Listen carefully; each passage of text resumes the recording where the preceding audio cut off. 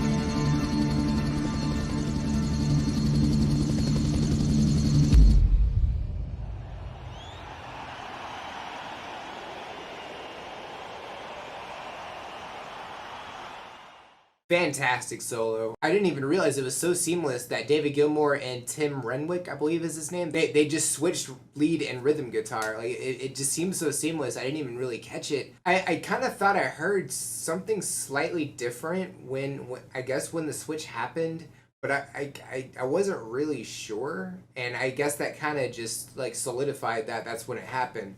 But I couldn't tell if it was like different strings or a different play style or just straight up a different guitar. I don't really know, but just the whole solo was fantastic. And yeah, the backup dancers, they did the singing for the second part of the song, and I think they did perfect on that as well. And Guy Pratt, he was just moving around. He was just like going with the beat, and I think it was awesome. Speaking of the beat, the lights were flashing to the beat, and the lights, like they said, "Hey teacher" out there. Like I thought that was awesome too. That was a nice touch. And the lights did kind of get a little too bright for me at the end there, but I mean, like other than that, I definitely love this performance. And I guess they didn't do parts 1 and 3. I mean, they kind of did at least part of part 1, I guess. 'Cause I'm not for sure, but I think part 2 actually starts right when the guitar and the singing starts. I could be wrong. So I think at least part of part 1 made it into this, but I don't think part 3 was part of this at all. Unless they were in different parts of the concert. I don't really know. Y'all are gonna have to let me know on that one. But yeah, I definitely love this. I definitely have been enjoying checking out Pink Floyd, the Pulse concert, just all of it. So yeah, that was Pink Floyd. If y'all have any suggestions or anything I should know about, definitely drop those in the comments below.